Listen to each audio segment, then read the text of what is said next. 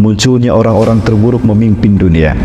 Watudu al-akhyar, dan orang-orang terbaik pilihan umat disingkirkan. Dajjal itu gelar. Nama aslinya Samiri, yang dia aktif di masjid, di kampus pun aktif, tapi ternyata diam-diam dia masuk Syiah. Khomeini, tokoh spiritual Syiah Iran, dia mengatakan tidak satu huruf pun Quran kita sama dengan Quran umat Islam. Dia sungguh-sungguh meminta mubahalah. Saya ulurkan tangan saya, baik, kita mubahalah Ustaz. Saya akan meminta kepada Allah, Allah melaknat seseorang di antara kita. La'allahu yal'anana lanatan kabiratan allati lam tunzal qablaha. Aku minta kepada Allah, saya minta kepada Allah, Allah melaknat salah seorang di antara kita dengan laknat yang belum pernah Allah turunkan sebelumnya. Ini mereka, Bapak lihat wajah-wajahnya, Masya Allah. Mereka lah para pendusta agama ini, Bapak Ibu.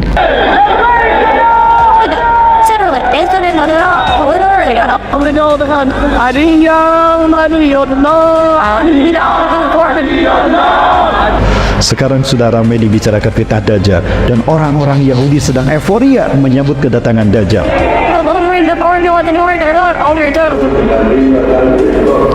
Ini redapernya Bapak Ibu.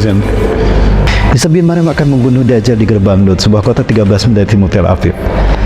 Bapak Ibu, Lut sekarang sudah dibangun pangkalan militer angkatan udara Israel. Itu mereka, berarti mereka yakin dengan Nabi Sallallahu sekarang ada pangkalan militer. Puji-puji dan syukur kita aturkan kehadirat Allah Subhanahu wa taala pada pagi hari ini pada salat subuh berjamaah.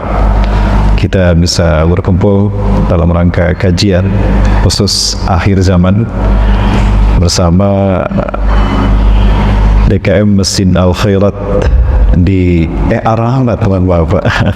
DKM Masjid Al-Rahmat, ya, sama dengan nama saya, Pak. Ini merupakan takdir Allah SWT bisa sampai kemari, maka saya bersyukur pada Allah dengan sebaik-baik syukur padanya. Pada kesempatan ini bisa hadir dalam kajian subuh di Masjid Ar-Rahmat ini. Mudah-mudahan pertemuan kita ini menjadi pertemuan yang berkah dan Allah SWT betul-betul merahmati kita di hari ini. Amin ya rabbal alamin. Salawat dan salam semoga selalu dan terlimpahkan selalu pada uswah dan kedua kita Rasulullah Muhammad sallallahu alaihi wasallam, Nabi dan Rasul yang diutus ke tengah-tengah kita umat akhir zaman, yang tentunya merupakan sebuah isyarat betapa kita dengan kejadian hari kiamat telah dekat. Di dalam sebuah hadisnya Rasulullah SAW mengatakan wa'istu ana wasa'ah kahatain, jarak diutusnya aku dengan kejadian kiamat seperti ini. Rasulullah SAW memberikan isyarat seperti telunjuk dan jari tengah. Dapat kita bayangkan dekatnya kita dengan hari kiamat. Rasulullah saja 14 abad yang lalu mengatakan antara aku diutus dengan kejadian kiamat seperti ini, ya. Maka hari ini kira-kira kita mau bilang apa Bapak Ibu? Antara kita dengan kiamat, saya mohon maaf, ini hanya penafsiran saya saja barangkali. Saya melipat jari tengah saya Bapak Ibu. Antara kita dengan kiamat, nah inilah kita waspada Bapak Ibu. Kalau orang mau peringatkan dengan angka dengan satu, Pak, nggak ada orang mau peringatkan hati-hati, nggak ada. Tapi sekarang saya melipat jari tengah saya. Antara kita dengan kiamat, dapat kita bayangkan betapa dekat kita dengan hari kiamat. Betulkah kiamat telah dekat? Bapak Ibu rahmati Allah, Syekh Muhammad Ahmad Al-Mubayyad dari Syam, Palestina, beliau membuat sebuah kitab, menuliskan sebuah kitab yang berjudul Al-Mawsu'ah fil Fitan wal Malahim wa Asyratu Sa'ah, ya, ensiklopedi huru-hara akhir zaman beserta tanda-tanda kejadian hari kiamat. Beliau menukilkan satu hadis di mana Rasulullah SAW 3 kali berkata kepada para sahabat, "Ala inna min asyrati sa'ah." Ingatlah dari tanda kiamat telah dekat kepada kalian. An turfa'al asywar wa tudwal akhyar. Orang-orang terburuk di muka bumi memimpin dunia. Munculnya orang-orang terburuk memimpin dunia. Watudu al-akhyar, dan orang-orang terbaik pilihan umat disingkirkan. Ya, itu yang pertama. Anturfa al-asrar, watudu al-akhyar. Naiknya orang-orang yang buruk memimpin dunia dan disingkirkannya orang-orang terbaik pilihan umat manusia. Sudah terjadi belum Bapak Ibu? Sudah Bapak Ibu. Di mana Pak? Di luar negeri ya. Di negeri entah berantah ya. di negeri autopilot. Kayak itu yang pertama. Yang kedua, kemudian Rasul mengatakan lagi, ala inna min asyratis sa'ah, ingatlah dari tanda kiamat telah dekat kejadiannya kepada kalian, antuh bahal qaul wa tuhzanal amal, munculnya kata-kata buruk, kata-kata cacian, kata-kata makian di mana-mana, dan disia-siakannya waktu untuk melakukan amal ibadah, amal soleh. Kita bisa menyaksikan di gadget, di WA, di Instagram, di Facebook, bagaimana orang bangga mencaci maki ulama. Bukan hanya mencaci maki ulama, menghinakan Allah, menistakan agama, bahkan menghina Rasulullah SAW. Sudah terjadi Bapak Ibu ya? Sudah terjadi. Dan yang ketiga, ala inna min asyratis sa'ah, ingatlah dari tanda kiamat telah dekat kejadiannya kepada kalian, antuslan maslah fala yujadu ahadun man yughayyiruha. Ya, dibacanya masnah dan susahnya ditemukan orang yang bisa merubahnya. Para sahabat bertanya, "Famal masnah ya Rasulullah?" Apakah masnah itu ya Rasulullah? Rasulullah SAW bersabda, "Al-masnah ma kutiba siwa kitab Allah." Sesuatu yang dicatat, ditulis selain daripada kitab Allah, kemudian manusia sering membacanya dan susah ditemukan orang yang bisa merubahnya, karena manusia butuh dengan masalah tadi. Kira-kira masalah tadi apa Bapak Ibu? Gadget itu. Jujur Bapak Ibu, mana yang paling sering kita pegang dan kita baca? Gadget apa mushaf Quran? Gadget apa mushaf Quran, Bu? Gadget. Yang ini ya, bukan mushaf Quran, bukan? Nah, inilah masnah barangkali Bapak Ibu. Dan susah dirubahnya, susah ditemukan orang yang bisa merubahnya. Bagaimana kita merubahnya? Kita butuh dengan gadget ini. Manusia milenial, manusia akhir zaman butuh dengan teknologi. Dan hari ini teknologi menjadi warna dari kehidupan kita. Bahkan dalam teknologi komunikasi dan informasi. Ya, dengan alat ini kita beraktivitas, dengan alat ini mobilitas kita diatur, dengan alat ini kita mengatur finansial kita, bahkan dengan alat ini pula kita mengatur dan menyimpan data-data kita pribadi, bahkan rekening kita di sini, bahkan istri simpanan pun ada di sini. Betul Bapak Ibu? Oh betul, jujur Pak. Inilah gadget Bapak Ibu, susah ditentukan. Hadirin kaum muslimin rahimakumullah. Perkenalkan, nama saya Rahmat Baikuni. Saya datang dari Bandung, Jawa Barat. Saya memang asli dari Barat Pak. Ya, asli saya dari Barat. Ibu saya Jawa Barat, ayah saya Sumatera Barat Pak. Jadi dari Barat. Ibu saya asli orang Sunda, ayah saya ada darah Minang ya Pak, Bukit Tinggi Sungai Buah. Ya, cuma saya sedih sekali lagi tidak bisa berbahasa Minang. Ya, saya tidak bisa bahasa Padang. Cuma satu yang saya bisa dari Padang apa? Makan nasi Padang saja Ube. Ya, dan sedih ketika saya berbicara tentang nasab Bapak Ibu. Kenapa sedih? Karena ketika saya ke Minang, beberapa kali saya ke sana mencari di mana kampung kelahiran kakek saya. Ternyata saya tidak bisa tercatat sebagai orang Minang, karena di Minang itu garis keturunan dari ibu, sementara ibu saya orang Sunda. Ketika saya ke Sunda, Jawa Barat, garis keturunan di Jawa Barat dilihat dari ayah. Ayah saya turunan Minang, Bapak Ibu.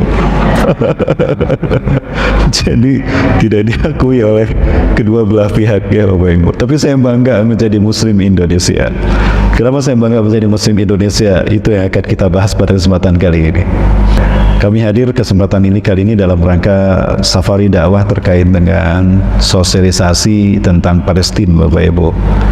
Kenapa harus Palestina? Ini kita tahu karena fitnah paling dahsyat di akhir zaman ini terkait dengan Palestina, yaitu terkait dengan kemunculan Dajjal.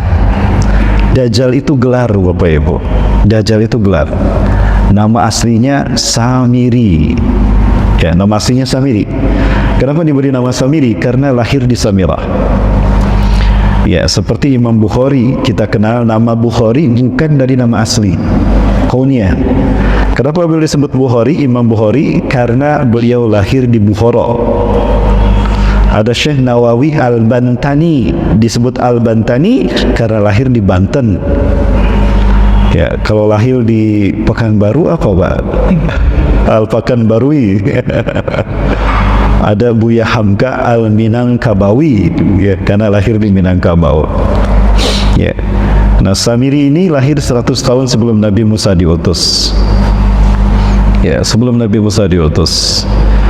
Ya, kemudian dia bernama Samiri di zaman Nabi Musa. Di zaman Nabi Isa dia berkenal. Dia ganti-ganti nama, Pak, karena dia hidup panjang. Allah takdirkan dia hidup sampai nanti menjelang hari kiamat. Ya, maka dia masuk ke zaman para nabi. Untuk menutupi citranya sebagai sebagai fitnah akhir zaman, sebagai dajjal, dia berganti-ganti nama. Di zaman Nabi Isa alaihissalam dia berganti nama menjadi Yudas Iskariot. Ya. Dan dialah sebetulnya yang digantung di tiang salib. Ya. Ini saya aman, Pak, bicara kristenisasi, Pak. Aman ya, Pak, ya? Bicara kristologi, ya. Karena berbicara tentang fitnah dajjal terkait dengan proses penyaliban. Siapakah yang disalib itu? Bagi saya yang disalib, saya sebagai seorang muslim, dari pengamatan dan penelitian yang saya lakukan, yang digantung di tiang salib bukan Yesus Kristus, bukan Nabi Isa, maksud saya, bukan Nabi Isa, tapi Yudas Iskariot yang Allah serupakan menjadi Isa bin Maryam alaihissalam. Ketika demikian akan kita bahas pada kesempatan ini. Waktu kita panjang, Bapak Ibu? Panjang, ya? Baik, alhamdulillah. Sampai jam 10. Baik. Berbicara tentang fitnah akhir zaman, Rasulullah sallallahu alaihi wasallam pernah memperingatkan kita. Ya, badiru bil amali shalihat. Bersegeralah kalian melakukan amal saleh. Fasatakunun fitan, karena akan muncul huru-hara dan fitnah melanda kalian.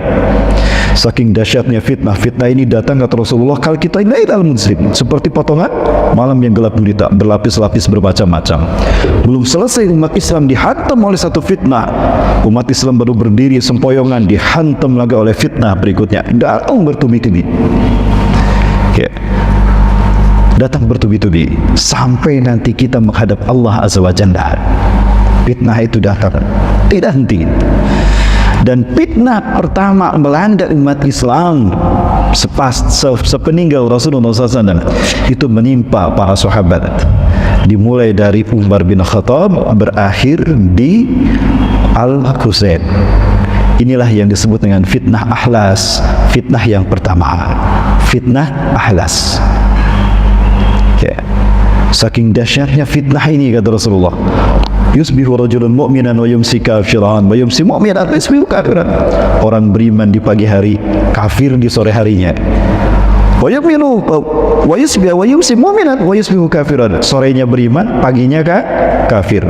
Jadi orang berganti iman Islam, iman dan kafir itu dalam sehari, Pak. Ya bi'udinahum bi'ardi minad dunya, menjual agamanya demi harta dunia, demi pangkat, demi jabatan, dan demi harta dunia. Orang menjual agamanya. Ya, sudah muncul orang-orang seperti itu, Pak, ya. Ya Allah akbar, nauzubillah. Ya. Itu fitnah yang pertama. Fitnah yang kedua yang melanda umat Rasulullah SAW adalah fitnah fitnatus sara'. Ya, nah kita lihat di sini berdasarkan hadis Rasulullah dari Abdullah bin Umar, semoga Allah meridai mereka berdua. Ia berkata, suatu ketika kami duduk-duduk di hadapan Rasulullah SAW. Baina nahnu fi majlisin amama Rasulullah SAW. Natahaddas anil fitan. Kami memperbincangkan banyak tentang fitnah. Maka beliau pun bercerita mengenainya. Kemudian beliau menyebutkan fitnah Ahlas. Ahlas itu jamak taksir dari hilsun. Hilsun artinya pelana, Pak. Artinya siapapun yang terkena fitnah Ahlas, dia tidak bisa lepas sampai dia mati. Terus kemanapun dia pergi, fitnah ini mengikutinya. Ya. Beliau menjawab, yaitu fitnah al-harmu wal huruf, fitnah pelarian dan peperangan. Pelarian dalam arti melarikan diri, mengasingkan diri, lalu terjadi banyak peperangan. Ini melanda para sahabat. Kemudian muncul fitnah sara'. Sara' itu artinya kesenangan. di mana disebut fitnah Sara karena fitnah ini melanda umat Islam justru ketika umat Islam menguasai dunia, justru ketika umat Islam kaya raya, menguasai 2/3 dunia. Nah, fitnah ini melanda para tabi'in hingga Turki Utsmani, dimulai dari dinasti Umayyah sampai Turki Utsmani berakhir 1924. Jadi fitnah ini berlangsung 1262 tahun. Ya. Di mana kotoran atau asapnya berasal dari bawah kaki seseorang dari ahlul baitku. Ia mengaku dariku, dari keturunanku, padahal dia bukan dari keturunanku, bukan ahlul baitku.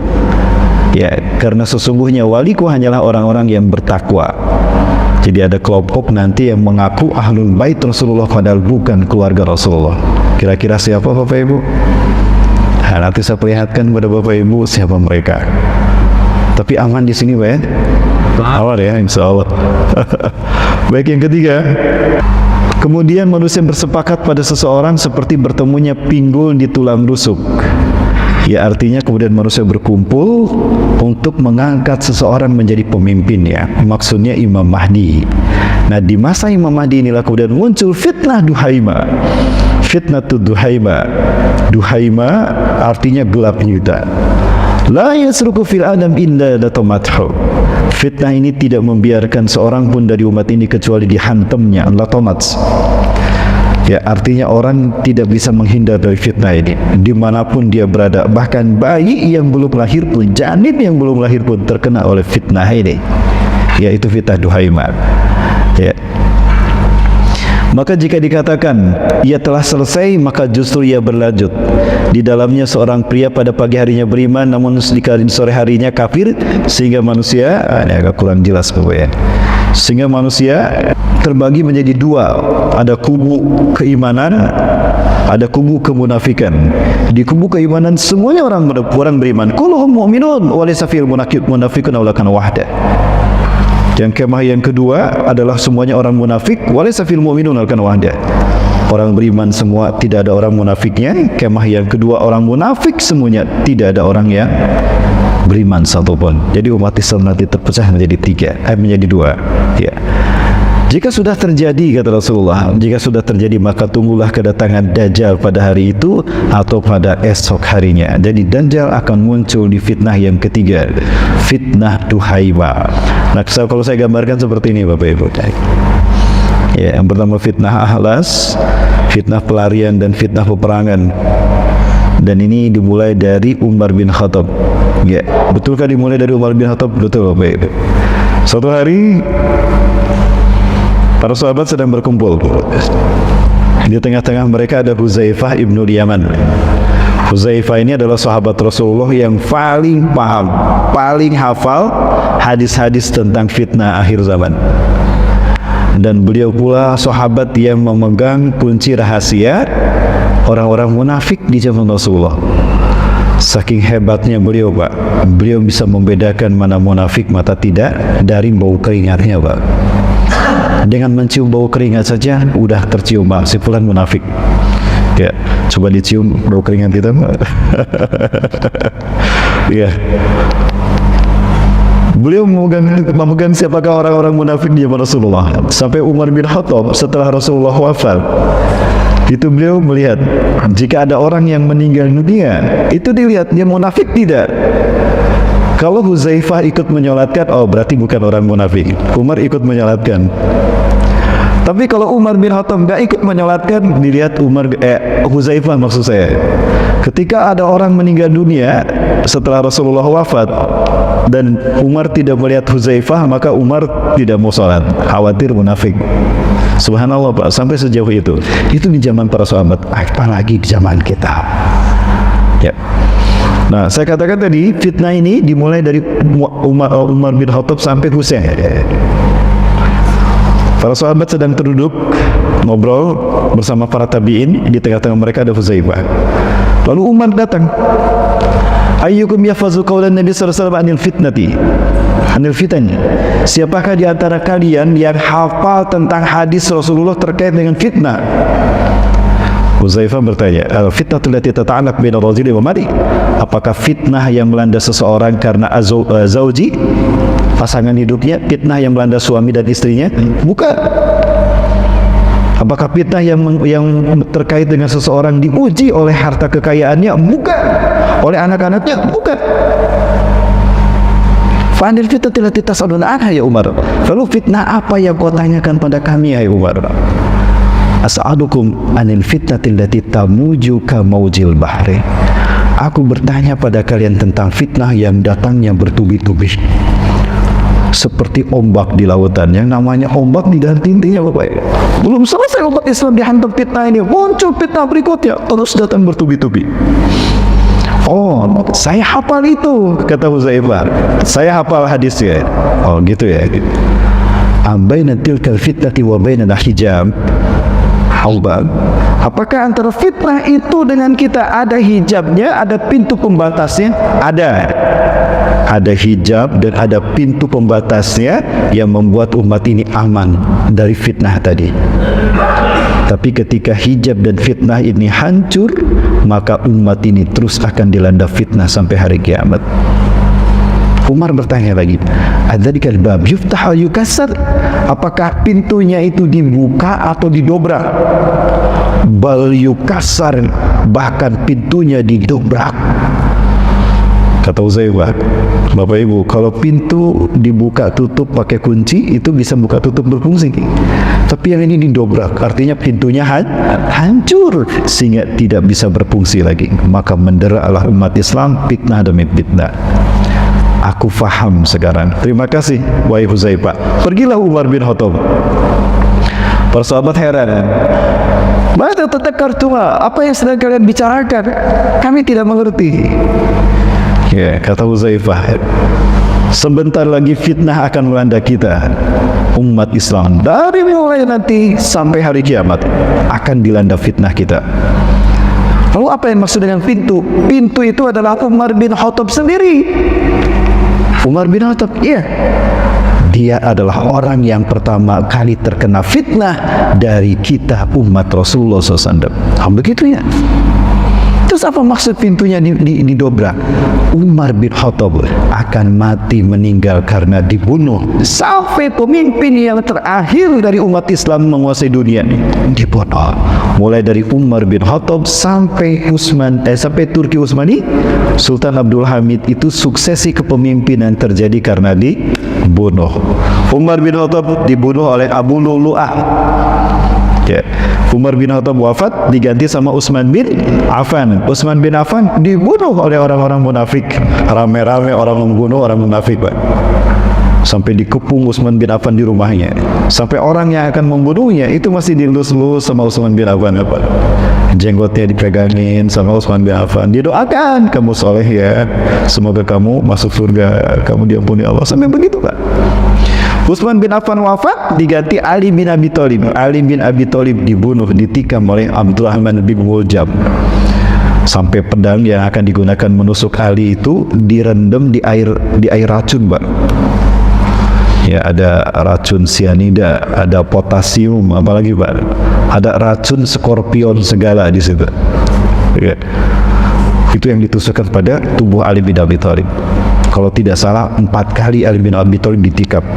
Di sini, ya, di perut, kemudian di punggung dan di dada sebelah kanan, kalau tidak salah. Ya. Dan Ali bin Abi Thalib wafat, kemudian diganti Al Hasan. Al Hasan meninggal diracun oleh orang-orang munafik. Ya, diajak kopi, minum kopi, ternyata di kopinya ada sianida. Al Husain wafat, sampai hancur usus besarnya, Pak.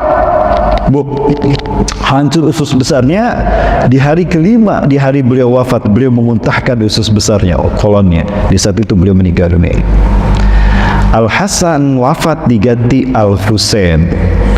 Al Husain wafat dibantai rame-rame di Karbala.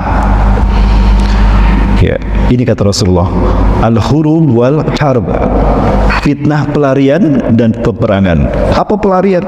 Terasing keluarga Rasulullah SAW. Ya, di Mekah, di Madinah, keluarga Rasulullah ini tidak aman. Maka kemudian Al-Husain membawa keluarganya, sebetulnya dihalangi oleh para sahabat. Ada 4 Abdullah menghalangi Al-Husain agar tidak pergi ke Kufah. Ada Abdullah bin Abbas, Abdullah bin Mas'ud, Abdullah bin Rawahah, dan Abdullah bin Umar. 4-empatnya menahan siapa? Al-Husain. Kenapa engkau hendak pergi ke Kufah? Bukankah di Kufah itu banyak orang-orang munafik? Ayahmu dibunuh oleh mereka, oleh orang Kufah. Kemudian juga kakakmu sendiri diracun oleh orang-orang Kufah. Mereka munafik. Kenapa engkau hendak pergi ke sana? Aku mendapatkan surat, di mana surat ini berisi tanda tangan mereka yang siap menjadi umatku. Ada ribuan, Pak, yang siap menjadi pengikut Al-Husain, tapi mereka ditekan oleh Yazid bin Muawiyah. Satu persatu digantung, Pak, di tengah-tengah kota bagi mereka yang taat kepada Al-Husain oleh penguasa Yazid bin Muawiyah. Nah, maka pada saat itu Bapak sekalian, Al-Husain mengatakan, lebih baik aku mati di luar sana daripada aku mati karena saudara-saudaraku di kotaku sendiri, di kampung halamanku sendiri. Maka tidak ada yang bisa menghalangi Al-Husain. Di bawah hampir semua keluarga Rasulullah SAW, Ahlul Bait Rasulullah. Tanggal 8 Muharram, hari Rabu, itu sebetulnya sudah akan sampai ke Kufah. Namun Yazid bin Muawiyah berpesan, halau dia jangan sampai ke Kufah, maka dihalau ke Karbala. Tanggal 9 dikepung di Karbala, hari Kamis. Tanggal 10 hari Jumat tanggal 10 Muharram tahun 61 Hijriah dibantai rame-rame. Tidak kurang dari 34 tusukan pedang menikam tubuh, melukai tubuh Al-Husain, dan tidak kurang dari 37 sabetan pedang ada pada tubuh Al-Husain. Kekurangan darah, dehidrasi, beliau merangkak. Ya, kemudian beliau disandarkan ke batu, lalu beliau dikasih minum. Sebelum minum itu sampai ke mulutnya, wanah menembus pipinya tertusuk sampai ke sebelah sini oleh sebilah panah. Dicabut dia, terkapar dia dalam keadaan kehausan 3 hari, Pak. Bayangkan, dikepung, di embargo tanpa makanan dan tanpa minuman, dibiarkan sampai mati kelaparan. Ya, tapi tidak ada yang mati kelaparan. Dibantai habis-habis dan tidak ada yang utuh tubuhnya, Bapak Ibu, termasuk Al-Husain. Merangkak beliau ke sungai Efrat, ingin meminum, ingin mengambil air dengan gelas yang tadi lagi mendongkak begitu, tiba-tiba seseorang memanah dari belakang, dari sini, Pak, tembus ke atas. Allahu Akbar. Beliau dalam keadaan terkapar, tidak lemah, tidak berdaya lagi. Sinan bin Anas An-Nahai, dia membawa tombak pendek begini, ditusukkan ke selangkangannya, dicabut, kemudian ditusukkan ke ulu hati Al-Husain. Saat itulah Al-Husain meninggal dunia. Tidak puas dengan kematian Al-Husain, Sinan bin Anas An-Nahai mengeluarkan belatinya, disembelih itu Al-Husain sampai putus kepalanya, Pak. Semua keluarga Rasulullah tidak ada yang utuh tubuhnya. Namun ada satu kabar gembira pada saat itu. Ketika Al-Husain sebelum wafat beliau berpesan, aku pasti mati sekarang di sini. Keluarga pun akan mati di Karbala ini. Tapi tolong selamatkan putraku ke tempat yang tidak terjangkau oleh pasukan Yazid bin Muawiyah. Kira-kira kemana, Bapak Ibu? Ada yang tahu? Cicitnya Rasulullah. Ya, bukan, ya, cicitnya Rasulullah, putra dari Al-Husain itu diselamatkan. Diselamatkannya kemana? Ke Barus, Pak. Bapak Ibu, ke Barus. Ada di mana Barus? Di Tapanuli, Pak. Tapanuli, Sumatera Utara. Jadi di Indonesia banyak keturunan Rasulullah SAW yang disebut dengan Hamba. Itu, Bapak Ibu. Salah satunya adalah cucu ke-38 dari Rasulullah, yaitu Habib Imam Besar Habib Rizik Syihab. Beliau keturunan ke-38 dari Rasulullah SAW. Baik, Bapak Ibu rahmati Allah. Nah, itu fitnah Ahlas. Fitnah yang kedua, fitnah Tusara, fitnah kesenangan. Ya, disebut fitnah Sara, kesenangan, karena justru umat Islam sudah berkuasa di muka bumi. Ya, 2/3 dunia dikuasai oleh kaum muslimin. Namun pada saat itu karena umat Islam hidup nyaman, berkuasa di 2/3 dunia, umat Islam terlena dengan dunia, terlena dengan kenikmatan. Maka di saat itulah mereka dihantam oleh musuh-musuh dari dalam. Rasulullah menyebutkan, asap dari fitnah ini muncul dari bawah kaki seorang laki-laki yang mengaku keturunanku. Dia bukan keturunanku. Keturunanku adalah orang yang bertakwa. Maksudnya siapa? Fitnah ini muncul pertama kali dari kalangan orang yang mengaku ahlul bait, yaitu dari Syiah. Dan ini betul terjadi, dimulai dari pada tahun 294 Hijriah. Umat Islam ketika pulang ibadah haji dibantai rame-rame, Pak, oleh Syiah Qaramithah. Ya, bahkan kaum wanitanya pun ikut membantainya. Tidak kurang dari 20.000 kaum muslimin dibantai di sana. Baik, saya perlihatkan Bapak Ibu sekalian sejarah terkait dengan fitnah Sara. Ya, atau disebut juga dengan fitnah kesenangan, Bapak Ibu.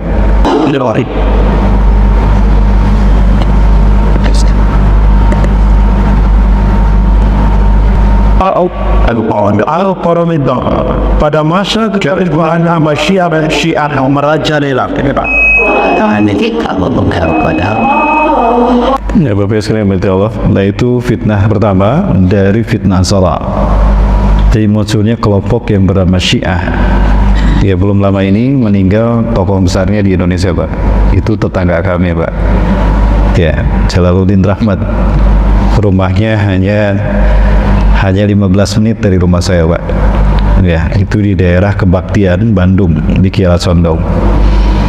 Bapak Ibu yang Allah, saya pernah berhadapan dengan mereka.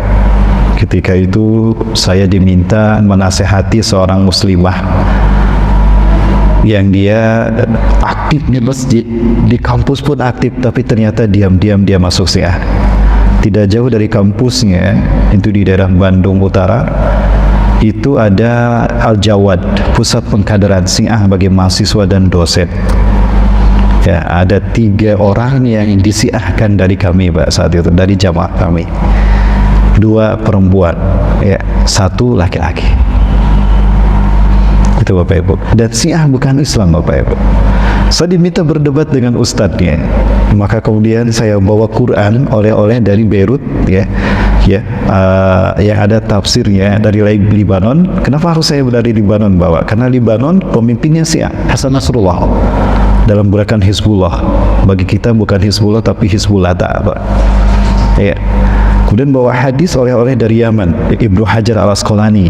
Saya bawa hadisnya. Ustaz, biar dialog kita efektif, ini Qur'annya, ini hadisnya. Ustaz bisa lihat Qur'annya asli dan ini hadisnya. Apa kata Ustaz Syiah ini? Mohon maaf Ustaz, Qur'an kita beda, hadis kita juga beda. Kedua-duanya tidak bisa jadi referensi debat kita. Allahu Akbar. Kenapa Ustaz? Ini asli Ustaz. Demi Allah. Enggak Ustaz, Qur'an kita beda. Bayangkan Pak. Khomeini, tokoh spiritual Syiah Iran, dia mengatakan tidak satu huruf pun Quran kita sama dengan Quran umat Islam, Ahlus Sunnah. Jadi sangat beda, Pak. Kemudian saya bertanya, seperti apa Quran yang asli menurut Anda? Quran yang asli adalah Quran yang ditulis oleh tangan Ali bin Abi Thalib. Ya, seperti apa Qurannya? Boleh saya lihat? Qurannya terdiri dari 17.000 ayat, Pak.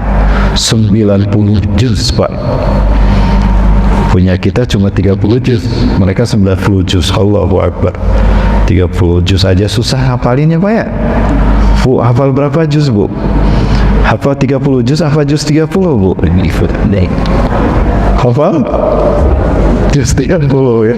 Mereka 90 juz, Bapak Ibu.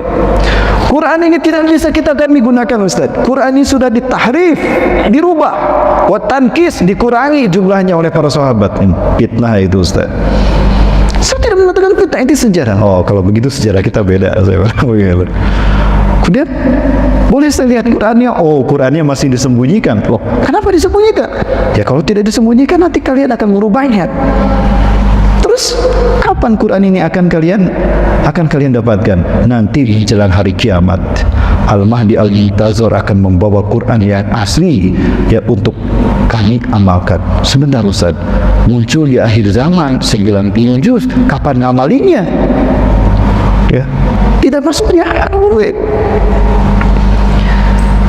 Dan hadis yang mereka gunakan bukan hadis kita. Di depan saya mereka mengatakan hadis yang diamalkan ahlu sunnah sekarang, ahlu sunnah wal jamaah sekarang tidak lebih berharga ketimbang sayap seekor nyamuk. Tidak ada nilainya di mata mereka. Sunnah yang mereka pegang adalah utslah ahlul bait. Bapak Ibu, di laptop saya pegang, saya simpan akidah mereka. Ya, dimulai dari syahadatnya beda dengan kita. Dimulai dari sholatnya beda, azannya beda, wudunya beda, ibadah hajinya beda, Quran dan hadisnya beda. Lalu kenapa dikatakan Islam? Bahkan Tuhannya beda dengan kita. Ayatullah Al-Gharawi, tanda petik menurut saya atau Syaitan Al-Gharawi mengatakan, inna ilahana ilahun ladzi anzalu ila Ali bin Abi Thalib. Tuhan kita adalah Tuhan yang menurunkan wahyunya pada Ali bin Abi Thalib, dan Tuhan yang menurunkan wahyunya kepada Muhammad bin Abdullah. Laisa ilaha, bukan Tuhan kita. Itu Tuhan yang berbeda, Bapak Ibu. Baik, apa yang harus saya perlihatkan di sini, Bapak Ibu sekalian? Ini contoh saja, ini syahadat mereka. أشهد أن أبا بكر وعمر أشهد أن أبا بكر وعمر وعثمان وعائشة. Nah, ini Yasir Al-Habib, semoga Allah ya Bapak Ibu. Bang ini tolong di skip ya Bang ya. Ini Yasir Al-Habib dan ini Idris Al-Maghribi. Ini pengumuman masuk Syiahnya Idris Al-Maghribi. Dia murtad dari Islam, masuk Syiah, dibimbing oleh ini pemuka agama Syiah sekarang. Ya, baik Bapak Ibu rahmatullah, kita lihat bagaimana prosesi masuk Islam masuk Syiahnya Idris Al-Maghribi. مجلس البركة هذا لتلقينه شهادة الإسلام صلى الله عليه وآله، والشهادة بإمامة وولاية الأئمة واللعنة والعذاب بأنه في النار. ونشهد الله على أن نبرأ إليه منه. الله تعالى أشهد أن لا إله إلا الله أشهد أن لا إله إلا الله وحده لا شريك له وحده لا شريك له لا شبيه له ولا نظير لا شبيه له ولا نظير جل جل. أشهد أن محمدا رسول الله أشهد أن محمدا رسول الله صلى الله عليه وآله، وأشهد أنه سيد الأنبياء وأشهد أنه سيد الأنبياء وخاتمهم وخير الخلق أجمعين. وخير الخلق أجمعين. Bapak Ibu, itu paragraf pertama Bu. Ini syahadat terpendek. Paragraf pertama dari syahadat mereka. Sama tidak dengan syahadat kita? Beda ya Bapak Ibu, beda redaksinya. Oke, tapi kita masih mentolerir karena kalimatnya tidak menyimpang. Ya, oke, kita tolerir. Nah, ini paragraf yang kedua Bapak Ibu dari syahadat mereka. وأشهد أن أمير المؤمنين عليا وأشهد أن أمير المؤمنين عليا ولي الله صلوات الله وسلامه عليه. وأشهد أن فاطمة الزهراء وأبناءها المعصومين حجج الله صلوات الله. Ya, ada tidak dalam syahadat kita Bapak Ibu? Tidak ada.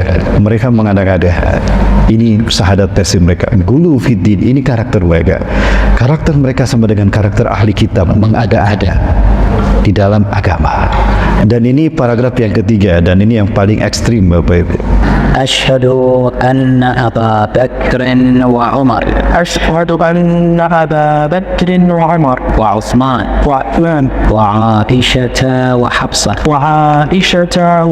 في النار الله أبرأوا إلى الله وإلى رسوله من أبي بكر وعمر وعثمان وعائشة وحفصة وسائر أعداء أهل بيت رسول الله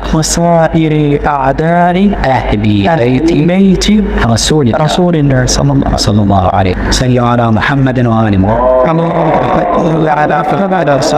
Itu Bapak Ibu sekalian syahadat terpendek mereka, dan mereka ucapkan di hadapan saya Bapak Ibu. Nah, lalu saya katakan, mohon maaf Ustaz, kayaknya debat kita selesai. Sudah jelas perbedaan di antara kita. Demi Allah, apa yang saya dengar dari awal sampai akhir tadi Ustaz mengatakan itu bukan dari Islam. Marah Ustaz ya Pak. Anda mengatakan bukan dari Islam? Demi Allah, bukan dari Islam. Demi Allah, tolong saksikan. Bagi saya bukan dari Islam. Dari awal Ustaz sampaikan sampai akhir. Ya. Berarti Anda mengkafirkan saya. Saya tidak mengkafirkan Anda demi Allah. Tapi apa yang Anda sampaikan demi Allah, jangankan dengan hati saya, logika saja tidak bisa memahami. Bagaimana akan Anda membangun sebuah kepercayaan atas sebuah kitab yang hari ini pun kitabnya tidak ada? Saya tidak percaya, Ustaz. Berarti Anda mengkafirkan saya. Ya Alhamdulillah kalau Anda merasa saya kafirkan. Marah dia, Pak. Allahu Akbar. Beliau mengajak saya mubahalah. Ustaz, jangan main-main dengan mubahalah, Ustaz. Di antara kita akan diazab Allah. Itu yang saya harapkan. Allahu Akbar. Dia sungguh-sungguh meminta mubahalah. Saya ulurkan tangan saya. Baik, kita mubahalah, Ustaz. Saya akan meminta kepada Allah. Allah melaknat seseorang di antara kita. La'allahu yal'anana la'natan kabiratan 'ala tilam timsal qablah. Aku minta kepada Allah, saya minta kepada Allah, Allah melaknat salah seorang di antara kita dengan laknat yang belum pernah Allah turunkan sebelumnya. Itu 2007, Pak. Wallahu a'lam, dia masih hidup atau tidak. Saya masih hidup, Bapak Ibu sekalian. Dan saya pertaruhkan imanillah saya mubahalah dengan orang Syiah, disaksikan oleh yang hadir hari itu. Baik Bapak Ibu sekalian, ini fitnah dimulai dari dinasti Umayyah. Tokoh di masa Ali bin Abi Thalib sebetulnya munculnya dimulai oleh tokoh Syiah yang bernama Abdullah bin Sabah, orang Yahudi pertama dari Yaman yang benci pada Rasulullah SAW dan Ahlul Bait, yang hidup di zaman Ali bin Abi Thalib. Maksud saya muncul di zaman Ali bin Abi Thalib. Bapak Ibu, ini saya perlihatkan salah satu contohnya. Di sini banyak Bapak Ibu. Bapak Ibu mau lihat apa ya? Azannya beda. Saya simpan azannya beda. Cara sholatnya beda. Cara mereka wudunya pun beda. Ibadah hajinya pun beda. Mau dikatakan Islam bagaimana Bapak Ibu? Ini yang paling mengerikan Bapak Ibu dari mereka. Akidah mereka. Nauzubillah summa nauzubillah. Ini Bapak Ibu kita harus tahu karena ini sampai ke tingkat atas. Kami sampaikan ini kepada DPR RI Komisi 8. Karena di Komisi 8 tokoh Syiah yang kemarin meninggal dunia ada di sana. Bahkan di Kementerian Agama ada MUI pun ada. Kami tidak bicara bohong, ini ada. Ini contoh daripada mereka Bapak sekalian. Masya Allah. Ini salah satu saja Bapak Ibu dari, dan inilah fitnah akhir zaman. Fitnah salah. Bapak Ibu mendengar dua ayat ini mengatakan mensifati arsy Allah. Ya, ta'alallahul malikul haq, rabbul arsyil azim. Allah yang maha tinggi, tidak ada Tuhan selain Allah, Tuhan arsy yang agung. Yang kedua, rabbul arsyil karim, Tuhan pemilik arsy yang mulia. Bapak Ibu, Allah sendiri mensifati arsy-Nya seperti itu. Nah, kita dengar sekarang pendeta-pendeta Syiah mengatakan apa? Ini mereka Bapak Ibu. Ini mereka, Bapak Ibu lihat wajah-wajahnya, Masya Allah. Mereka lah para pendusta agama ini Bapak Ibu. Ini dari Iran Bapak Ibu langsung. وعظيما من الملك العظيم اللي الله أنبأ للمعصومين أعطاهم الشمس والقمر والفلك كل جن كرسي السماوات والأرض والكرسي والعرش والقلم واللوح وإلى الملائكة هذا ملك ما يجي شخص عن أمام أمير المؤمنين. هذا ملك ما يجي شخص عن أمام أمير المؤمنين. هذا كله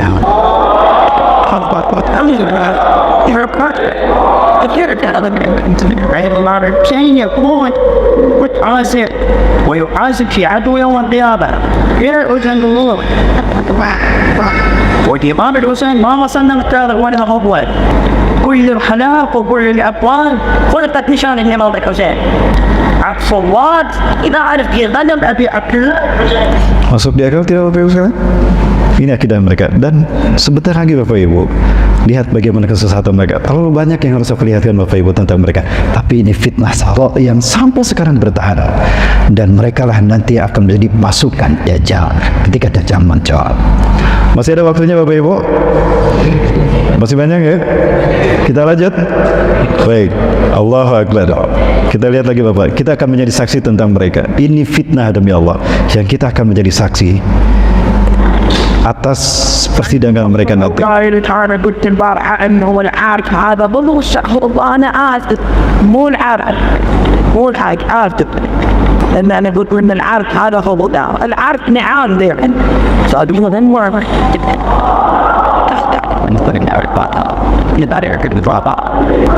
هذا اللي يقول هذا يقول هذا دي هذا معتقداتنا هذا معتقداتنا ان العبد سحت اقداره العبد سحت اقداره من هو البدايه والوجود كله سحت اقدامه. Berikutnya Bapak sekalian, ini lebih parah lagi Bapak Ibu. Nauzubillah, qatalahumullah fa anna yufakun. Semoga Allah melaknat mereka Bapak Ibu. Ini mengerikan. Ini lebih parah lagi Bapak Ibu sekalian. Bapak Ibu saksikan. حسين انت شريف يا حسين انت لطيف يا حسين انت كبير اكبر من الله اكبر بالصلاه يا حسين انت كبير اكبر من الله اكبر بالصلاه. Ini Bapak sekalian, mereka mempertuhankan Husain. Baik, satu lagi Bapak Ibu, ini ketika mereka beribadah haji. Di saat umat Islam berkumpul ibadah haji, mengagungkan Allah, cuma Allah yang disebut, Allah yang diagungkan ketika ibadah haji kita berada di Mekah. Tapi kita saksikan orang Syiah di Mekah, mereka mengagungkan siapa? Di saat kita membina tauhid, mereka menghancurkan tauhid dengan syirik. وعندما نرجع رجعنا من هنا وبعض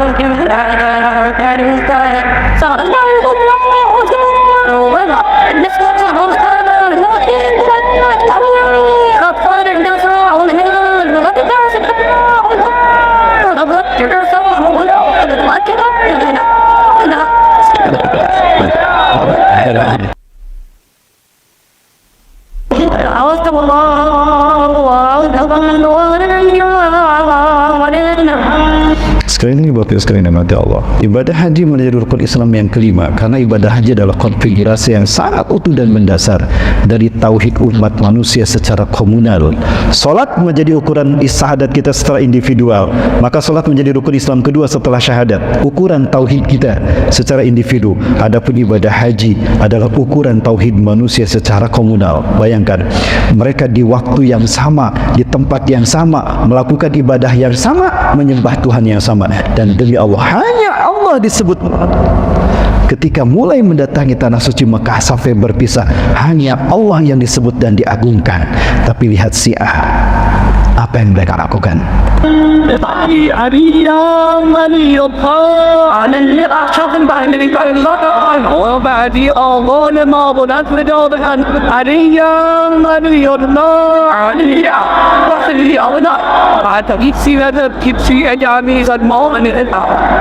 Jadi ketika di terowongan Mina Bapak Ibu,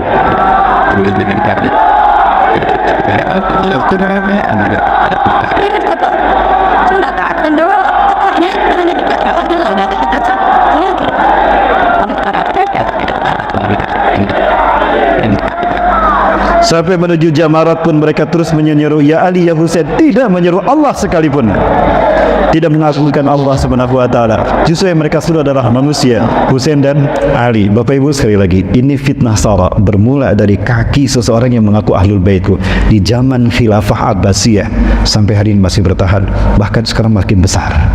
Baik, fitnah yang ketiga adalah fitnah Duhaimah. Apa fitnah Duhaimah Bapak Ibu? Fitnah kegelapan, ya, fitnah kegelapan. La yatsruku ahadan fil alam illa latamathu. Tidak ada yang tersisa dari manusia satupun di muka bumi melainkan dihantam oleh fitnah tadi. Bapak Ibu yang mati Allah, terlalu banyak data yang harus saya sampaikan di sini Bapak Ibu. Kita mau dalam fitnah bidang apa? Di bidang politik, di bidang hukum, di bidang ekonomi, sosial, budaya, semua terkena fitnah. Sampai makanan dan minuman pun umat Islam tidak selepas dari fitnah Dajjal. Sampai makanan dan minuman. Mau yang mana yang Bapak Ibu yang dilihat? Fitnah akidah, itu yang terpenting. Ya, Bapak Ibu rahmati Allah Subhanahu wa taala, kita bahas fitnah Dajjal. Siapakah Dajjal? Tadi sudah saya sampaikan sedikit. Bapak Ibu rahmati Allah, kita langsung ke Nabi Isa alaihissalam. Boleh Bapak Ibu? Dan saya minta izin berdiri. Boleh Pak?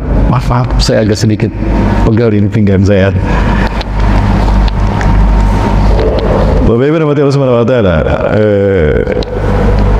di zaman Nabi Musa alaihissalam, umat Nabi Musa disesatkan oleh Samiri. Tadi saya sampaikan Samiri, ya, itu lahir 100 tahun sebelum Nabi Musa diutus di Samirah, Palestina. Di Samirah, Palestina.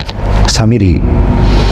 Nah, Dia menyesatkan umat Nabi Musa alaihissalam menyembah patung anak sapi. Kita lihat patung anak sapinya masih ada sekarang, Bapak sekalian.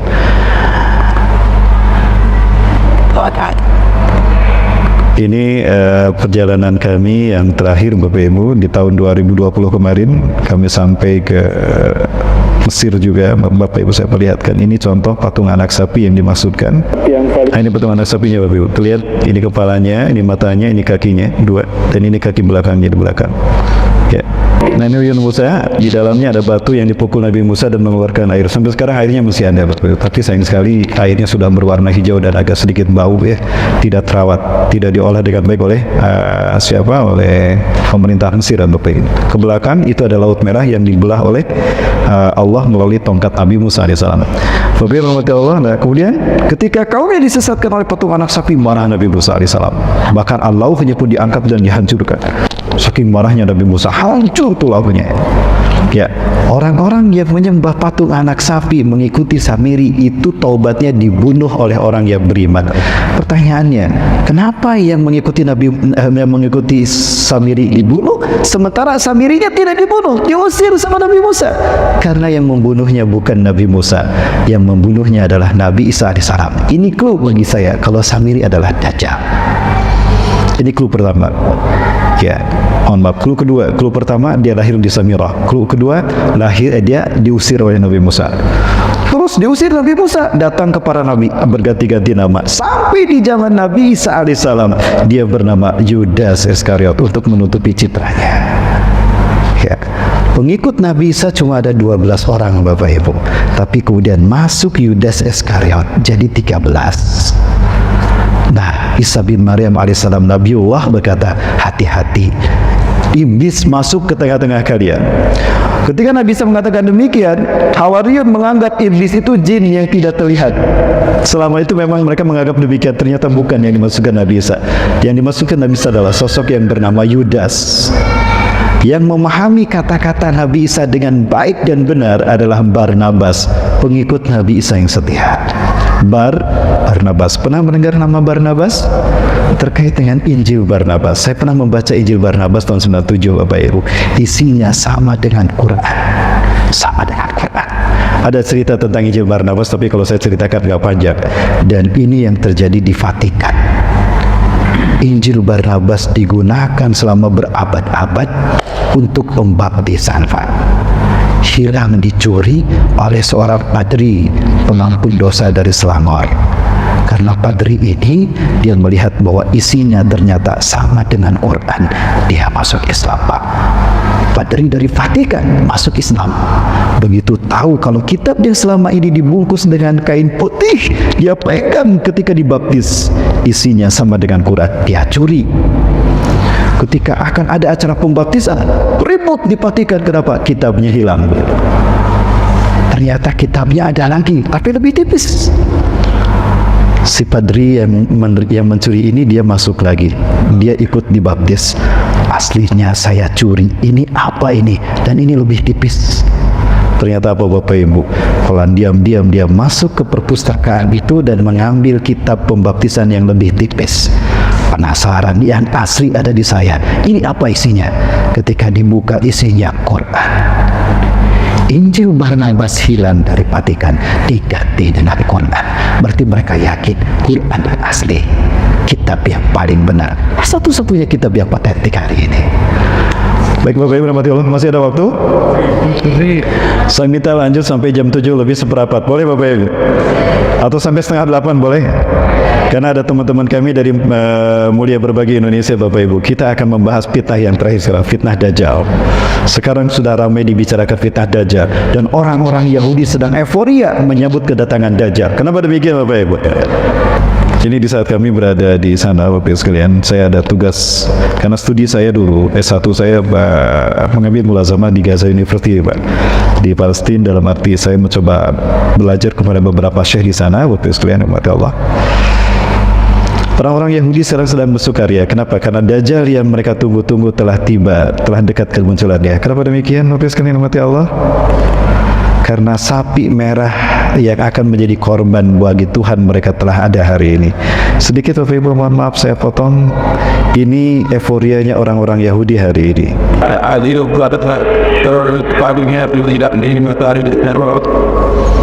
Yang barusan tadi adalah percakapan antara Rabi tertinggi Yahudi dengan Benyamin Netanyahu yang sekarang kembali menjadi Perdana Menteri yang ketiga, periode yang ketiga.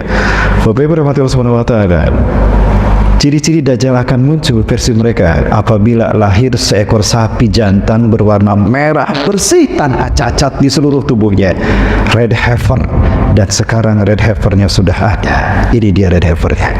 Ini red heifernya Bapak Ibu sekalian.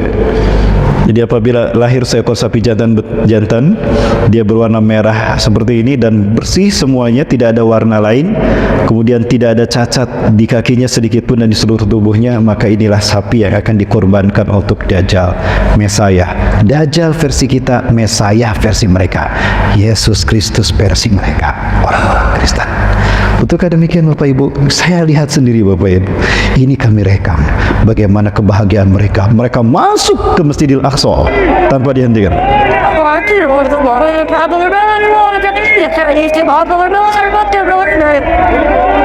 Para pemuda-pemuda Yahudi mereka memasuki Masjidil Aqsa tidak terbendung Bapak Ibu. Kami umat Islam tidak bisa memasukinya. Ustaz, mohon maaf, tidak bisa masuk Ustaz. Mereka Yahudi masuk ke dalam.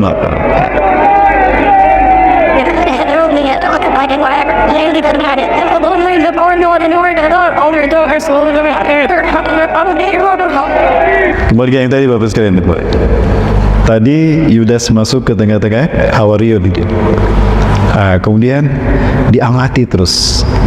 Ya, Nabi Isa sampailah di Jericho.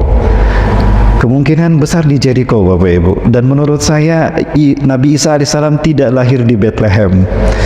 Ya, di Bethlehem saya tidak menemukan adanya kebun kurma. Di dalam surat Ali Imran Allah berfirman kalau Siti Maryam itu lahir di Siti Maryam pergi ke kebun kurma lalu melahirkan Nabi Isa. Nabi Isa dilahirkan di kebun kurma. Bapak Ibu, di Bethlehem saya tidak menemukan pohon kurma. Justru pohon kurma ada di Jericho. Ini Jericho Bapak Ibu. Airnya pun masih utuh, masih ada airnya, dan ini tempat yang sakral. Kemungkinan besar dari sini Allah mengangkat Nabi Isa alaihissalam. Nabi Isa diangkat ke langit. Di Bethlehem saya tidak menemukan pohon kurma. 2 kali saya ke sana Bapak Ibu. Maka saya yakin Nabi Isa tidak dilahirkan di Bethlehem, tapi di Ariha. Orang Yahudi menyebutnya Jericho. Di sini banyak pohon kurma. Kurma terbaik di Syam, kurma majun. Ini destinasi kami ketika kami datang ke Jericho. Kita makan siang di sini biasanya. Ada Havana Temptation yang sebelah sana, dan ini nama hotelnya. Para pelancong seluruh dunia mereka semuanya pasti ke sini karena di sini adalah tempat yang bersejarah Bapak Ibu. Tempat ini saya sorot, ini tidak boleh didirikan bangunan karena kemungkinan disinilah Isa alaihissalam diangkat ke langit. Bagaimana Nabi Isa diangkat ke langit? Begini Bapak Ibu. Falamma ahassa Isa bin Maryam kufran minhum. Ketika Isa bin Maryam merasakan akan ada kekafiran dan kemaksiatan yang mereka lakukan kepada Nabi Isa, Allah memberitahu Nabi Isa bahwa Allah akan mengangkat Nabi Isa ke langit. Maka Nabi Isa bersabda, ya, man ansari Allah, siapa yang akan menolong aku untuk mendakwahkan agama Allah ini? Qala al-hawariyuna nahnu ansarullah. Hawariyun berkata, kami penolong-penolong agama Allah. Kami akan terus menjaga agamamu wahai Isa bin Maryam. Baik, aku pegang kata-kata kalian. Kelak di antara kalian, ini digaris bawahi oleh Barnabas, kelak di antara kalian ada orang yang berkhianat kepadaku dan dia akan menggantikan tempat kedudukanku. Para Hawariyun tidak faham dengan baik. Yang faham menurut saya ada 2. Yang pertama Barnabas, kedua Zarnab bin Bar'ala. Bapak Ibu, ada satu riwayat ternyata baru ditemukan belakangan ini. Ternyata Zarnab bin Bar'ala masih hidup sampai sekarang. Betulkah demikian? Waktunya panjang kalau saya bahas Zarnab bin Bar'ala Bapak Ibu. Kembali ke? Ya, masih banyak waktunya Bapak Ibu. Lanjut. Baik, Bapak Ibu, kelak di antara kalian ada orang yang berkhianat kepadaku dan dia akan menggantikan tempat kedudukanku. Maka tiba-tiba datang seorang dari pengikut Nabi Isa. Wailun lana, celaka kita. Itambi anta ya Nabi Allah. Anda sembunyi segera. Kenapa? Ada apa? Sembunyi kalian semua. Sesungguhnya Herodes Raja Romawi yang menguasai Palestina. Mereka datang akan menangkap kita. Mereka akan menangkap Anda wahai Nabi Allah. Sembunyilah Anda. Dan mereka membawa salib besar untuk menyalib Anda wahai Tuanku. Baik, kita akan berpisah sekarang. Dan kalian sudah saya ambil sumpah, kalian akan pergi mendakwahkan Islam setelah aku nanti diangkat Allah. Baik. Ya. Maka sembunyi semua mereka. Maka datanglah Herodes dengan tentara Romawi, dan ada di tengah-tengah mereka pendeta Sanhedrin, pendeta Yahudi yang memalsukan Taurat menjadi Talmud, Bapak Ibu. Mereka menghapus Taurat dari tempatnya. Yuharifuna al-kalima an mawadih, summa yaktubuna al-kitaba bi aydihim, lalu mereka menulis mengarang ayat dengan tangan mereka. Summa yaquluna hada min indillah, lalu mereka mengatakan ini datang dari Allah. Wa ma huwa min indillah. Ringkas cerita Bapak Ibu, Herodes datang dan berkata di atas kudanya, aku tahu kalian bersembunyi di sekitar sini. Begini, sebelum aku sergap kalian semua, aku tawarkan dengan kebijaksanaanku, siapa di antara kalian yang mau keluar memberitahukan di mana Al-Masih bersembunyi, aku akan mengangkatnya sebagai patih kerajaanku, dan aku akan memberi dia sepertiga harta kerajaan Pontius Pilatus. Bapak Ibu, Yudas Iskariot, dia dajjal. Dia ingin menguasai dunia, dan dia butuh kekuasaan untuk mempengaruhi dunia. Maka diam-diam Yudas keluar. Aku tahu di mana Al-Masih bersembunyi. Ikuti aku. Dia ada di sana. Maka Herodes mengatakan, ikuti dia. Kamu pergi. Beberapa tentara Romawi ikut kepada kepada Yudas Iskariot. Di saat mereka akan masuk ke tempat Nabi Isa bersembunyi, Allah berfirman kepada Nabi Isa alaihissalam. Quran surat Ali Imran ayat 55. Boleh minta dibacakan? Quran surat Ali Imran 55. Bapak Ibu, surat Ali Imran ayat 55. A'udzubillahi minasyaitonirrajim. Iz qala Allahu ya Isa inni mutawaffika. Ingatlah ketika Allah berfirman, "Hai Isa, aku akan mewafatkan engkau." Saya bertanya Bapak Ibu, apa arti wafat? Wafat apa artinya? Betulkah wafat artinya meninggal? Silakan buka Quran surat Al-An'am ayat ke-60. Surat ke-6 ayat ke-60. Wa huwa alladzi yatawaffakum bil-lail wa ya'lamu ma jarahtum bin-nahar. Dialah Allah yang telah menidurkan kamu di waktu malam. Yatawaffakum bil-lail, menidurkan kalian di waktu malam. Wa ya'lamu ma jarahtum bin-nahar, dan Allah mengetahui apa yang kalian lakukan di siang hari. Bapak Ibu, wafat di sana artinya bukan mati tapi tidur. Ini mutawaffika, aku akan menidurkan kau Isa. Wa rabbika ilayya, dan kau akan aku angkat ke sisiku.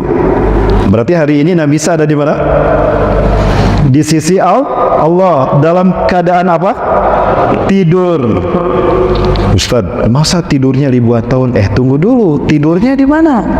Tidurnya di sisi Allah, bukan di Pekanbaru. Di Pekanbaru 2000 tahun di sisi Allah. Fakana miqdaru yaumi ka'alfa sanatin mimma ta'udun. Satu hari di sisi Allah 1000 tahun yang kalian hitung. Sekarang 2020 Masehi di sisi Allah baru 2 hari. Berubah tidak Nabi Isa? Tidak. Maka Nabi Isa akan turun. Ya. Lanjut Bapak Ibu ya. Tidak akan keluar. Tidak muntabir, mundur tanpa berita. Lanjut Bapak Ibu. Maka ketika Yudas masuk, Nabi Isa ada tidak? Nabi Isa sudah diangkat ke langit. Yudas masuk, pelangak-pelangak dia. Ya, kemana dia?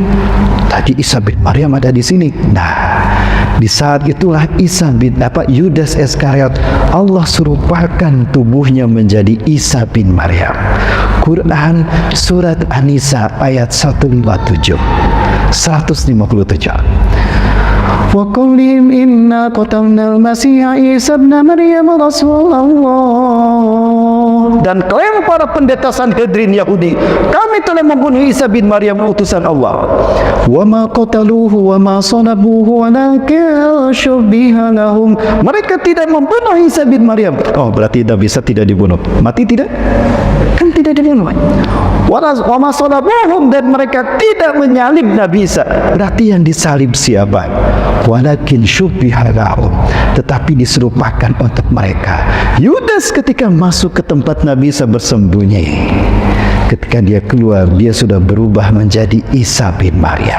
Dialah yang ditangkap oleh Herodes. Gitu dong, gentle, itu pemimpin namanya. Sini, loh, kok jadi aku yang ditangkap? Oh, udah ditidurkan, udah diam nih. Aku bukan Isa, lasku Isa. Ana Yudas, ala dia ada untuk milih. Aku bukan Isa, aku Yudas yang menunjukkan kalian kepadanya. Udah diam, wajah kamu wajah Isa. Galau para pengikut Nabi Isa. Nabi Isa ditangkap, Nabi Isa ditangkap. Itu Isa bin Maryam. Cuma Barnabas yang yakin dan Zarna bin Bar'ara yang yakin kalau itu bukan Nabi Isa, tapi Yudas Iskariot. Masih ingat tadi apa kata Nabi Isa sebelum diangkat ke langit? Kelak di antara kalian ada orang yang berkhianat kepadaku, berkhianat memberitahukan di mana Nabi Isa bersembunyi, dan dia menggantikan tempat kedudukanku di mana, di tiang salib. Ini dalam petikan Injil Barnabas perayaan Paskah yang saya baca, ternyata itu yang mereka maksud. Maka diarah ke Bukit Golgota, Bapak Ibu. Diarah ke Bukit Golgota. Herodes memegang pedang di tangan kanannya, Old Testament di tangan kirinya. Itu pedang ditusuk-tusukan ke tubuh Yudas yang disangka Nabi Isa. Banyak darah tercucur, diambil darah diminum. Orang-orang Kristen meyakini apabila ada bagian dari tubuh Isa bin Maryam mereka minum, bagian tubuh Yesus mereka makan, mereka ambil dalam tubuh kita, dalam tubuh mereka, mereka tidak akan pernah disentuh api neraka. Darah itu diminum. Ekaristi Holy Water, rukun meminum air suci. Banyak tusukan pedang tadi, dagingnya terkelupas diambil dimakan. Ekaristi Gusti Kudus, rukun memakan tubuh Tuhan. Selesai kebaktian, pendeta memegang nampan, ada roti-roti kecil dibagikan. Haleluya, keluar, gitu. Betul apa ini? Seperti itu. Ada sesuatu yang menarik tentang Dajjal yang dikatakan Rasulullah SAW terkait peristiwa ini. Innahu lam takun fitnatun munzu zara Allahu dzurriyyata Adam ila qiyamis saah a'zamu min fitnatid dajjal. Sesungguhnya tidak ada fitnah sejak Allah melahirkan anak cucu Adam ke muka bumi sampai hari kiamat lebih besar dari fitnah Dajjal. Walam yab'asallahu nabiyyan inda hazara ummatu anhu, dan tidak seorang nabi pun diutus melainkan memperingatkan kaumnya, hati-hati dengan fitnah Dajjal. Hari ini aku akan katakan kepada kalian sesuatu yang belum pernah dikatakan oleh para nabi dan rasul. Bapak Ibu, ada satu perkara terkait Dajjal cuma Rasulullah yang tahu, para nabi dan rasul tidak menyampaikan dia. Kira-kira apa? Innahu aqwar wallahu laysa bi'awar. Sesungguhnya Dajjal pecah mata kanannya, bukan buta, pecah. Dan Allah tidak pecah. Kenapa cuma Rasulullah yang tahu, Bapak Ibu sekalian? Karena peristiwanya terjadi ketika Isa bin Maryam sudah diangkat ke langit, maka siapa nabi berikutnya akan memberitahukan? Rasulullah. Salah satu dari tusukan pedang Herodes menusuk mata kanan Dajjal. Di saat itulah Dajjal kehilangan mata kanannya. Jadi Dajjal lahir tidak pecah, tidak bermata satu di sini, tidak, Bapak Ibu. Ketika Dajjal lahir normal kedua matanya. Kapan dia kehilangan mata kanannya? Dalam peristiwa Paskah. Pada peristiwa Paskah, satu tusukan pedang menusuk mata kanan Yudas Iskariot. Makanya kalau Rasulullah SAW saja yang mengetahuinya. Kenapa Rasul mengatakan, aku akan mengatakan sesuatu yang tidak mereka katakan? Dia pecah mata kanannya karena peristiwa terjadi setelah Nabi Isa diangkat. Bapak Ibu rahmati Allah Subhanahu wa taala. Kemudian Dajjal ditangkap, diarak, dikubur. Barnabas akan membuktikan, akan aku gali kuburnya. Kalau dia masih hidup berarti dia Dajjal. Dibiarkan setelah 3 hari 3 malam. Selama 3 hari 3 malam dibiarkan. Di hari yang ketiga, di malam hari, tidak ada orang. Barnabas membawa sesuatu. Kita gali kuburnya. Aku akan membuktikan kalau dia masih hidup, Dajjal. Kalau dia sudah mati berarti Yudas manusia biasa. Sebelum dia menggali kuburan itu, maka Allah kembalikan wajah Yudas dari wajah Isa kepada wajah Yudas. Perubahan wajah tadi mengakibatkan ada cahaya terpancar dari tubuhnya, Pak. Mengakibatkan darah itu tertimpa ke kain kafan. Maka di kain kafan itu ada sketsa wajah Isa bin Maryam. Itulah kenapa gereja seluruh dunia menambarkan wajah Nabi Isa yang sama, Yesus Kristus yang sama. Betul? Seluruh dunia. Dari kain kafan itu. Kain kafannya masih ada, Pak. Ada di Italia sekarang, ada di Turin. Cuma sekali saya pernah melihat kain kafan itu. Bapak Ibu rahmati Allah. Sedikit lagi Bapak Ibu boleh? Ingat cerita Bapak Ibu sekalian. Sampai mana tadi? Kain kafan. Digali sama Barnabas, ternyata apa yang terjadi? Masih hidup Bapak Ibu. Digali, dia dibawa ke dia, diselamatkan, diobati bertahun-tahun. Bertahun-tahun Bapak Ibu diobati. Dan ketika Barnabas bekerja, Yudas datang. Hei Barnabas, lihatlah aku. Akulah Isa bin Maryam, ikuti aku. Benar kamu Dajjal, bukan Isa bin Maryam, pergi kamu. Kenapa Barnabas tidak membunuhnya? Karena nanti yang membunuhnya adalah Isa bin Maryam. Di mana Nabi Isa akan membunuhnya Bapak Ibu sekalian? Di masjid bermenara putih di Aleppo Bapak Ibu. Ini masjidnya Bapak Ibu sekalian. Saya belum pernah sampai ke sini Bapak Ibu karena perang berkecamuk. Kami tidak bisa masuk ke Aleppo. Aleppo adalah bagian yang terparah dari pembantaian Muslim di Suriah Bapak Ibu. 2011 sampai 2000 sampai sekarang Bapak Ibu sekalian. Nah ini masjid yang nanti akan dimasuki oleh Nabi oleh Nabi SAW ketika akan turun nanti. Ini masjidnya Bapak Ibu. Cuma masjid ini yang punya menara putih. Ya. Posisinya ada di sini. Ini Turki dan ini Aleppo, perbatasan dengan Suriah. Di sini akan terjadi perang Armageddon, Bapak Ibu. Rasulullah menyebutkan mereka Bani Rum akan turun di Amak dan Dabik. Amak ini di sini, Dabik di sini, Halab, Aleppo. Di sini Nabi Ibrahim pernah tinggal. Dan ini masjidnya, Bapak Ibu. Ini masjidnya. Waqad uqimatis shalah. Salat sudah dikumandangkan qomatnya.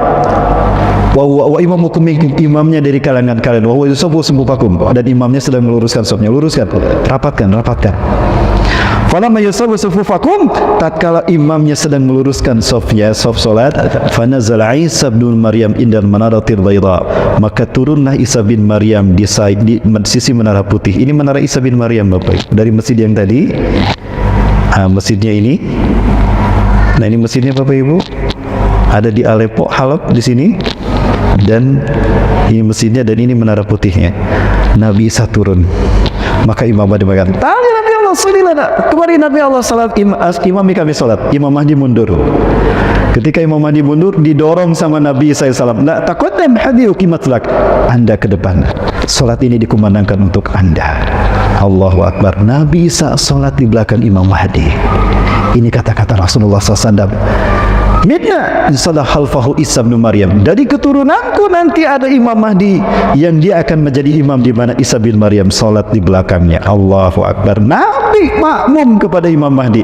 Saking mulianya yang mengamalkan Quran sunnah hari ini. Selesai salat berjamaah subuh, Nabi mengatakan iftahil bab. Buka pintu masjid ini. Ketika pintu masjid ini dibuka Bapak Ibu, kemudian apa yang terjadi? Tampaklah Dajjal dengan 70.000 pasukan dia. Sayanti alaikum Dajjal wa yattabi'una sab'una alaf al-yahud mi wadi Isfahan ala jabhatil Fars. Dajjal akan datang kepada kalian. Dia akan diikuti oleh 70.000 orang-orang Yahudi dari lembah Isfahan. Apa Ibu rahmati Allah? Yahudi yakin, tadi sudah saya perlihatkan, Dajjal akan segera datang. Dikejar dia. Mohon maaf Bapak Ibu, ketika pintunya dibuka, bau keringat, wanginya keringat Nabi Isa, kata Rasulullah, itu akan menghantam mereka. Orang kafir yang menciumnya akan mati seketika.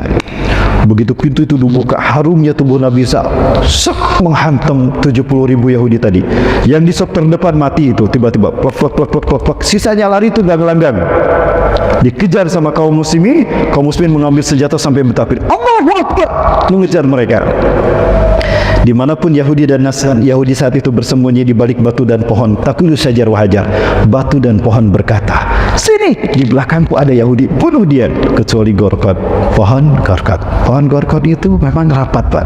Daunnya kecil-kecil seperti ini. Dan itu ada di pinggir-pinggir jalan. Kalau kita ke Israel, Bapak Ibu, ke arah Betsean, Baisan, ke arah Danau Tiberias, kita akan melihat di kanan kiri itu ada banyak pohon gorkon. Di ujungnya, di atas puncaknya baru rumah-rumah Yahudi. Israel tidak pernah membangun rumah di pinggir jalan karena mereka takut dibantai kaum muslimin. Mereka selalu membuat rumah pinggir jalan, pohon dulu, lalu di atas ada benteng tembok batu, baru di belakang ada rumah. Maka kata Rasulullah, mereka bersembunyi di balik batu dan pohon berkata, di belakangku Yahudi kecuali pohon gorkon. Sementara Dajjal dia menggigil.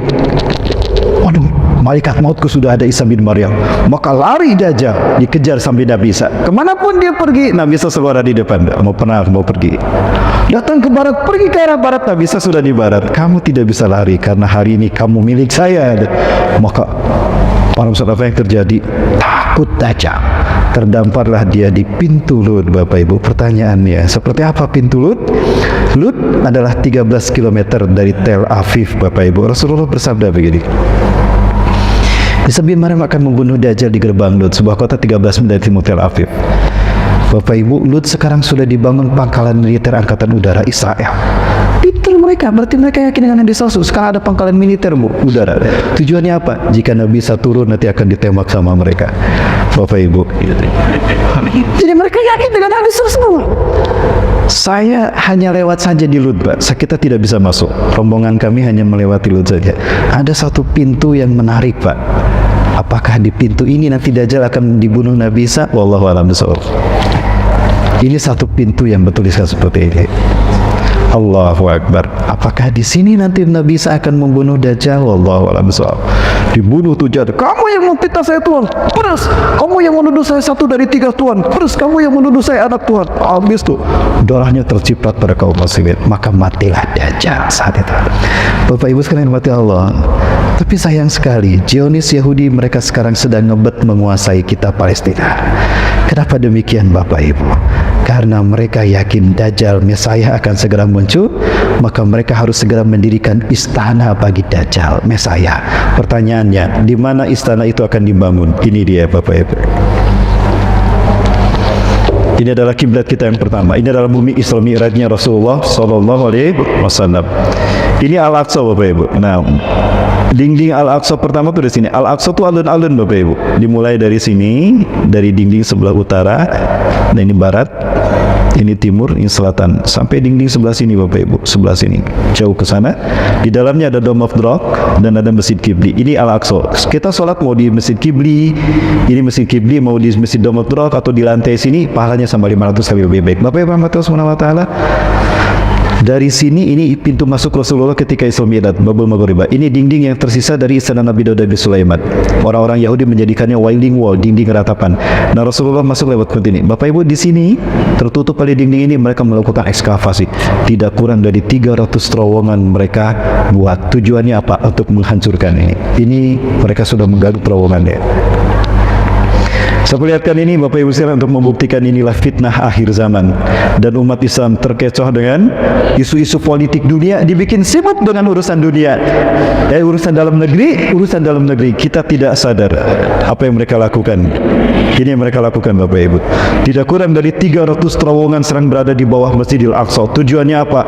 Apabila ada gempa 6 skala Richter saja ambruk Masjidil Aqsa. Lalu mereka segera dirikan Haikal Sulaiman, Solomon Temple. Untuk siapa? Untuk Dajjal. Ini wailing wall, dinding ratapan. Nah, Rasulullah masuk lewat pintu yang di atas. Ini terowongan-terowongannya Bapak Ibu. Syekh Red Solah, pejuang dan mujahid, semoga Allah menjaga beliau, hafizahullah. Beliau melihat langsung ini film-film seperti ini kita juga dapatkan dari Syekh Red Solah. Pemuda-pemudi Yahudi mereka gerakan untuk menghancurkan kiblat kita ini, dan mereka mengklaim ada peninggalan istana Nabi Daud di bawah. Bahkan ada tabut yang hilang dari orang-orang Yahudi ada di sana. Ini orang-orang pemuda-pemuda Yahudi digerakkan masuk ke Masjidil Aqsa. Tujuannya apa? Menghancurkan kiblat kita yang pertama. Bapak Ibu rahmati Allah, dan inilah istana yang akan mereka bangun untuk Dajjal menggantikan kiblat kita yang pertama ini. Ketika Masjidil Aqsa hancur, maka dengan segera mereka akan menggantinya dengan Haikal Solomon. Inilah istana Dajjal yang akan mereka siapkan. Ini kesepakatan Amerika dan Yahudi, Israel untuk membangunnya. Dan jika ini sudah bangkit, sudah terjadi, sudah terbentuk, Bapak sudah didirikan, maka kita umat Islam kalah dan Israel Yahudi Yahudi menang, iblis dan dajjal menang. Tidak, demi Allah, umat Islam Indonesia diundang ke Palestina. Bahkan Dr. Muhammad Nasir diundang ke Palestina. Ini Imam Masjidil Aqsa, ya, Mufti Yerusalem, Syekh Amin Al-Husaini. Dan ini Mursyid Am Ikhwanul Muslimin dari Mesir, Dr. Hasan Al-Hudaybi. Ini Muhammad Nasir, Dr. Muhammad Nasir. Bapak Ibu,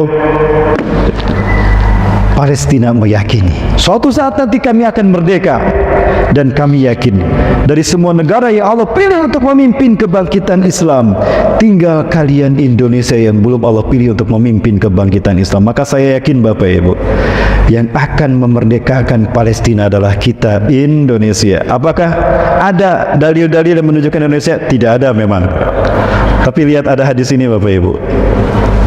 Di dalam hadis ini Rasulullah menyinggung tentang merah putih. Saya tidak mengatakan ini Indonesia, maka ada tanda tanya di sini. Ya, dari Sauban, annahu sami'a Rasulullah SAW yaqul, dia mendengar Rasulullah bersabda, "Inna rabbi zawaliyal arda." Sesungguhnya Allah Tuhanku akan melipatkan bumi ini untukku. Di hadapan Rasulullah bumi ini dilipat, dibentangkan. Hatta ra'aitu masariqaha wa magharibaha, sehingga aku melihat kekayaan terbentang dari timur ke barat. Wa a'tani al-kanzain, dan Allah berikan kepadaku dua pusaka, al-ahmar wal abyad, pusaka merah dan pusaka putih. Sekali lagi Bapak Ibu, Rasulullah menyebutkan pusaka merah, pusaka putih. Ya, wa anna ummati, dan sungguh umatku sayublibu mulkuha mazawaliha minha. Umatku akan kembali menguasai dunia dari timur hingga ke barat. Rasulullah menyebutkan pusaka merah putih dan kebangkitan Islam. Setelah sholat subuh, kami sholat subuh di sini Bapak Ibu. Saya tanyakan pada Syekh Ali Yaqub Al-Abasi, ya, beliau masih ingat saya ketika seminar 2012, kami ditugaskan mendampingi beliau di Jakarta dan di Indonesia, di Bandung. Saya tanyakan pada beliau, arti hadis merah putih tadi, apakah ada hubungan dengan Indonesia? Begitu pula Dr. Yusuf Abu Sunaina, kami sholat asar di imami beliau, dan 2016 beliau menjadi imam sholat kita. Dr. Abu Bakar Al-Awawida, beliau menjadi imam sholat tarawih. Bapak Ibu, mereka mengatakan hal yang sama. Apa kata-kata mereka? Ala kulli biladin alladina yakbaluna al-islam adinahum, antum ya Indonesia lam yahtakumullah li zarihadatin, lam yahtarakumullah li zarihadatin. Dari semua negara yang menerima Islam sebagai agamanya, tinggal kalian Indonesia yang belum Allah pilih untuk memimpin kebangkitan Islam. Maka persiapkan yang terbaik oleh kalian Indonesia. Kalianlah yang akan memerdekakan kami dari Yahudi. Kalianlah yang akan mengembalikan Al-Quds ke tangan kami. Allahu Akbar. Terbayang tidak Bapak Ibu, pertarungan antara hak dan batil yang dulu dimulai Nabi Adam dan diperjuangkan oleh Nabi dan Rasul Allah, hari ini ada di pundak kita. Indonesia, mereka yakini kita yang akan membebaskan Palestina. Siap membebaskan Palestina? Siap membebaskan Masjidil Aqsa? Siap berkorban dengan jiwa dan harta demi kemerdekaan Palestina? Bapak Ibu, Rasulullah SAW terakhir mengatakan, sabir Pak, sebaik-baik manusia terbaik imannya di akhir zaman. Inna min khairi ahlil ardi yaumaidin, sebaik-baik manusia di akhir zaman nanti imannya, yang paling hebat imannya, alladzina yuhajiruna ila biladi hijrati Ibrahim, adalah mereka yang hijrah ke bumi hijrahnya para nabi dan rasul Ibrahim, Palestina. Mereka berjuang di sana dengan harta dan darah mereka. Merekalah yang akan masuk surga tanpa hisab. Diusap wajahnya oleh Nabi Isa, kamu ahli surga, kamu ahli surga. Allahu Akbar. Dan itu peluang kita Indonesia. Allahu Akbar. Silakan.